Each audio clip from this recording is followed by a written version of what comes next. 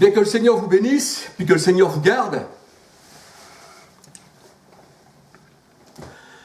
J'aurais voulu vous parler d'une chose qui me tient à cœur, bien que je le répète aussi dans mes vidéos. Mais là, j'aurais voulu spécialement faire une vidéo à ce sujet. Je vais prendre un exemple. Vous savez, ils disent qu'ils ont trouvé la pierre de Roselette, une grosse pierre. Et cette pierre-là, paraît-il que c'était une pierre qui vient d'Égypte et qui racontait toutes les conquêtes de Pharaon, de ce qu'il a fait, ci et ça et ça et ça. Et ils ont trouvé ça, je ne me rappelle plus, cette pierre-là, ils ont dû la trouver dans les années 30 ou 40, je ne sais pas. Et là, ils ont découvert tout ce que Pharaon avait fait, c'était des hiéroglyphes qu'on appelle ça. Alors, c'était inscrit dans la pierre. Mais ces gens-là, qui ont trouvé cette pierre, quand ils ont vu les hiéroglyphes, ils savaient que c'était les exploits de Pharaon. Ni plus ni moins. Mais aujourd'hui, quand on voit les gens qui lisent la Bible, tout ce qu'il y a dans la Bible, quand le Seigneur parle à ses disciples, à ses apôtres, ils le prennent pour eux. Ils se mettent à la place des apôtres qu'il y a 2000 ans, quand le Seigneur Jésus-Christ parlait à ses apôtres, pour une période bien définie, mais eux, ils prennent la place. Et quand ils parlent, ces gens-là, ceux qu'on appelle les dirigeants, ils disent, voilà, le Seigneur Jésus-Christ nous a parlé. Et voilà, il nous envoie. Mais en vérité, le Seigneur Jésus-Christ parlait pour le ton des apôtres, de ce qui allait arriver à Jérusalem, de toutes les tribulations qui arriveraient, que Jérusalem serait détruit. Et là, on voit qu'il parle à ses apôtres. Et ça nous est parvenu, ceci est écrit dans la parole de Dieu. Alors nous savons que maintenant, Jérusalem est détruit. Michée 3,12 l'avait prédit. Il ne restera que ruine sur ruine. Et le Seigneur Jésus-Christ, quand il parlait à ses apôtres, dans son temps à lui, il disait, voyez-vous, ces belles pierres, en parlant du temple, il ne restera pas pierre sur pierre qui ne sera démolie, qui ne sera tombée. Et nous savons que, le temple a été détruit, Jérusalem a été détruit, par Titus en 70, après le Christ.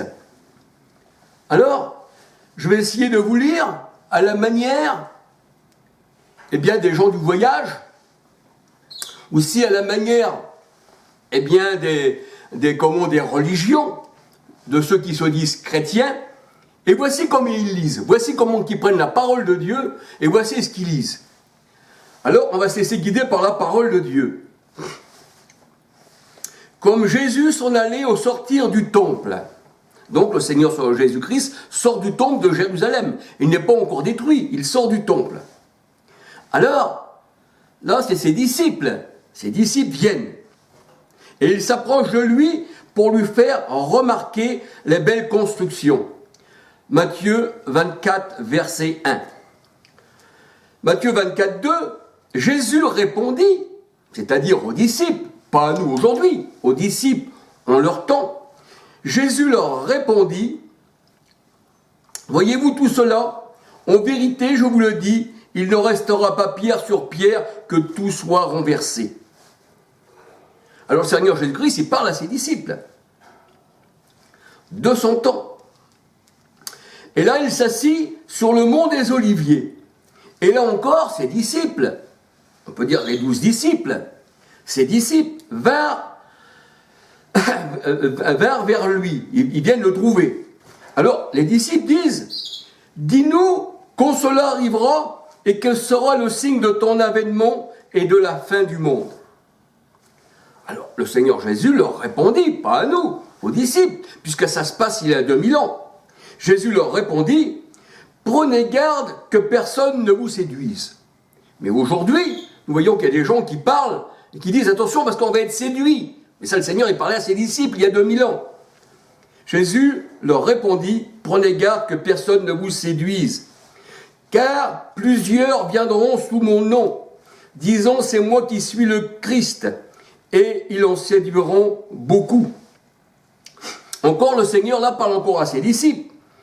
Mais vous allez entendre parler de guerre et de bruit de guerre. Gardez-vous de vous alarmer, car cela doit arriver, mais ce ne sera pas encore la fin. Alors le Seigneur explique à ses disciples, une nation s'élèvera contre une nation, et un royaume, s'élèvera contre un royaume, et il y aura beaucoup, de famine et de tremblements de terre.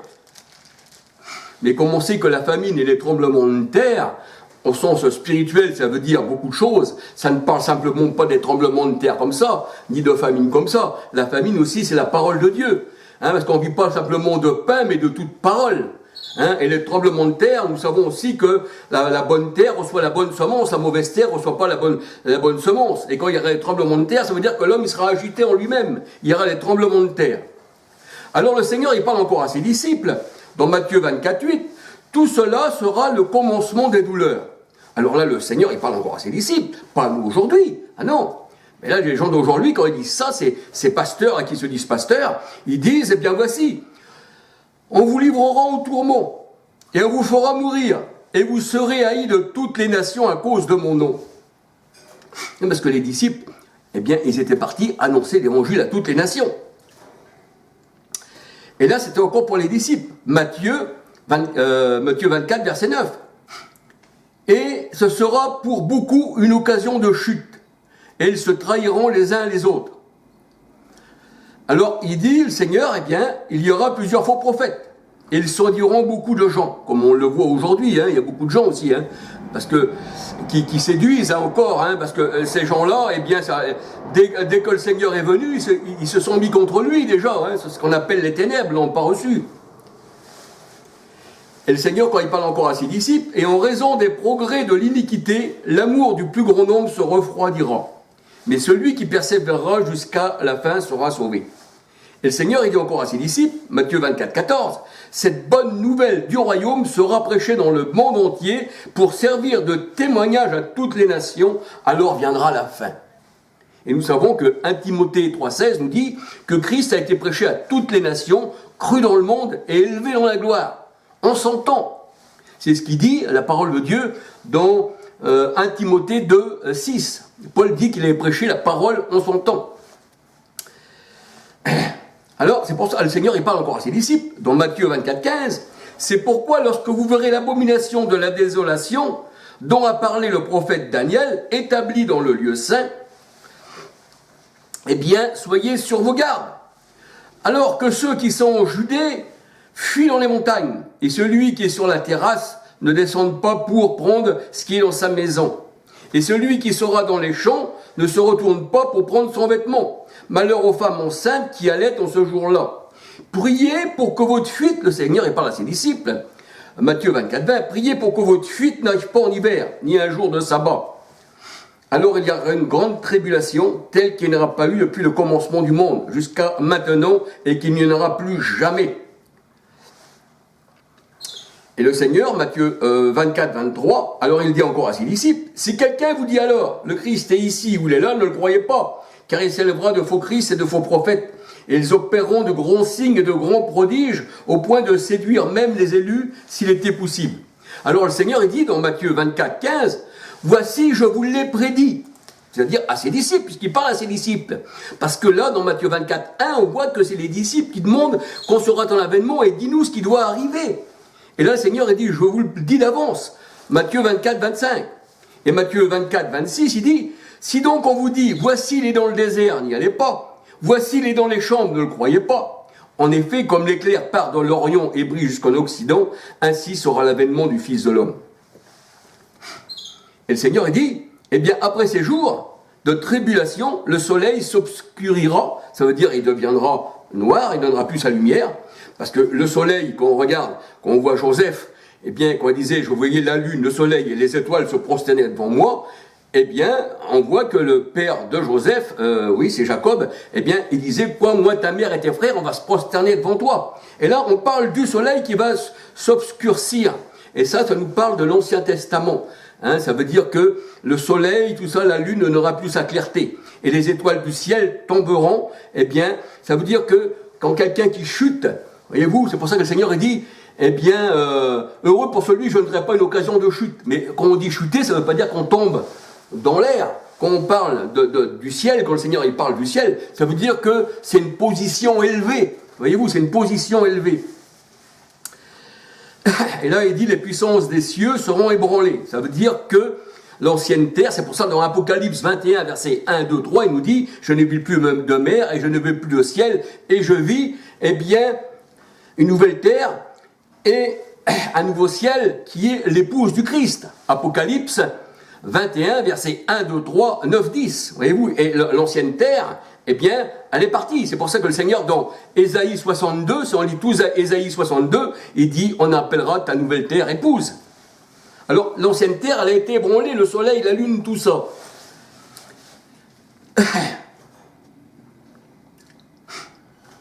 Et là, le Seigneur, il a averti encore ses disciples, dans Matthieu 24, 32, il dit, recevez l'enseignement de la parabole du figuier, dès que ses branches deviennent tendres et que les feuilles poussent, vous savez que l'été est proche.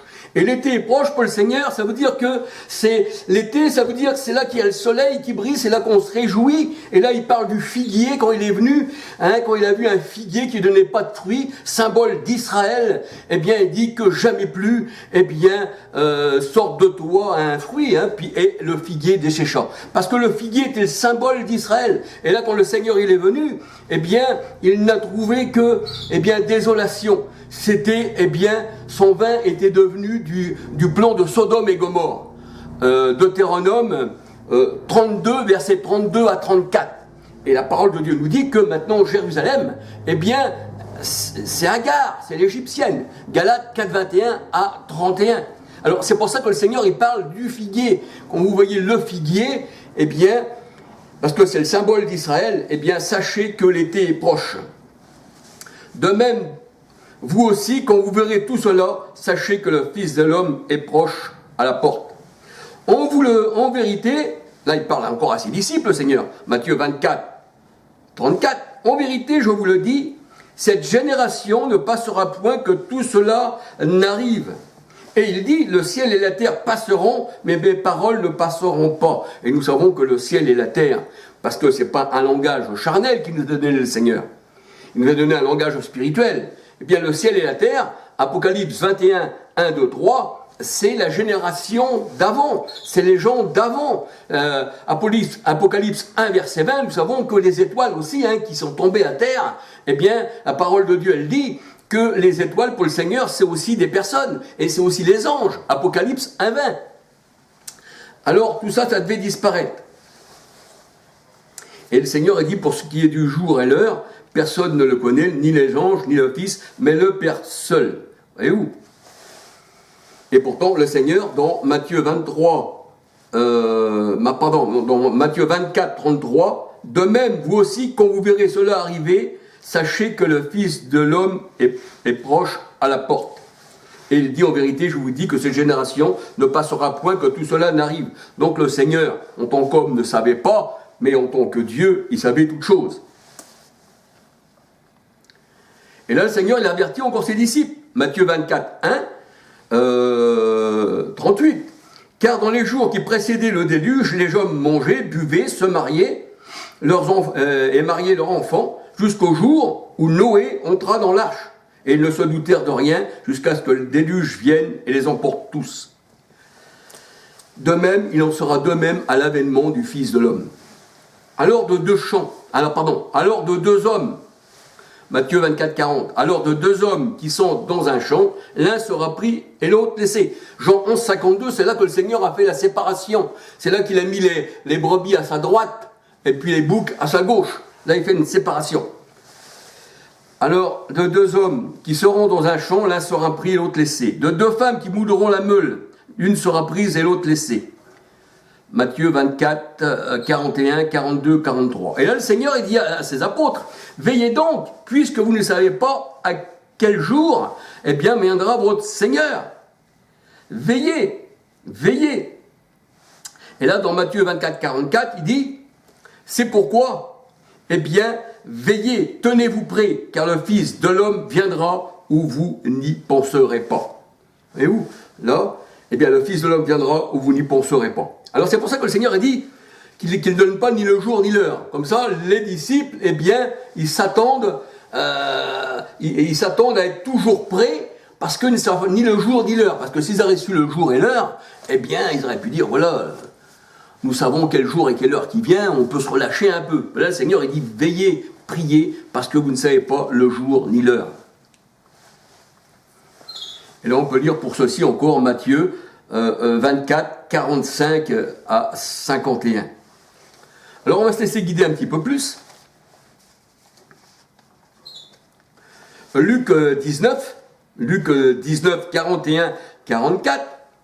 Comme Jésus approchait de la ville, Jésus, en la voyant, pleura sur elle et dit, « Si tu connaissais toi aussi en ce jour ce qui te donnerait la paix, mais maintenant c'est caché à tes yeux. » C'est pour ça que la parole de Dieu, elle est cachée pour ceux qui périssent.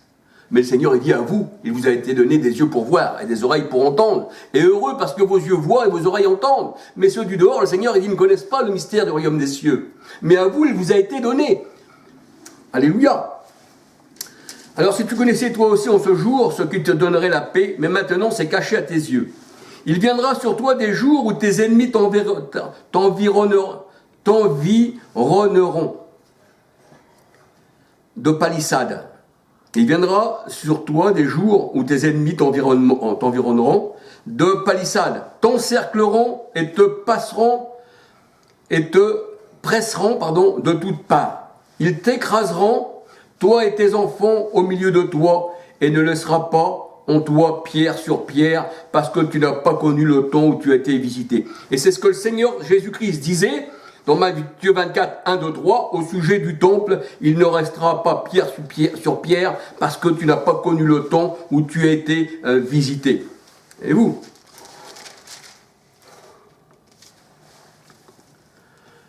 Alors là, c'est la destruction du temple et l'avènement du Fils de l'homme. Et là, c'est encore un peu près pareil que Matthieu 24.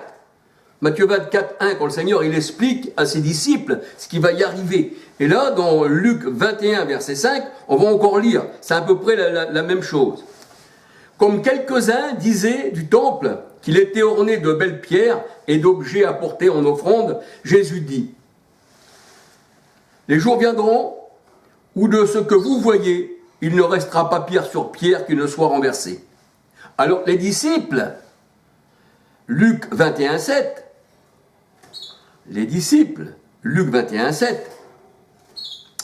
lui demandèrent, « Maître, quand donc cela arrivera-t-il et quel sera le signe annonçant ces événements ?» Eux, ils voulaient savoir quand est-ce que ça arrive. Et là, le Seigneur, il parle à ses disciples. Jésus répondit, « Prenez garde d'être séduits. » Mais il dit ça à ses disciples. « Faites attention, vous allez peut-être être séduits. Prenez garde. Car beaucoup viendront en mon nom et diront, c'est moi. Et le temps est proche. Ne les suivez pas. » Et vous, même en ce temps-là, le temps était proche. Parce que le temps est proche, ça veut dire que c'était au temps des disciples. Et vous, le temps est proche. Parce que la parole de Dieu parle toujours d'un temps proche et d'un temps accompli. Galates 4, versets 4 à 5. Lorsque les temps furent accomplis. Et le Seigneur dit encore à ses disciples, dans Luc 21, verset 9, « Quand vous entendrez parler de guerre et de désordre, ne vous effrayez pas, car cela doit arriver premièrement, mais ça ne sera pas tout de suite la fin. » Alors il leur dit, encore aux disciples, Luc 21,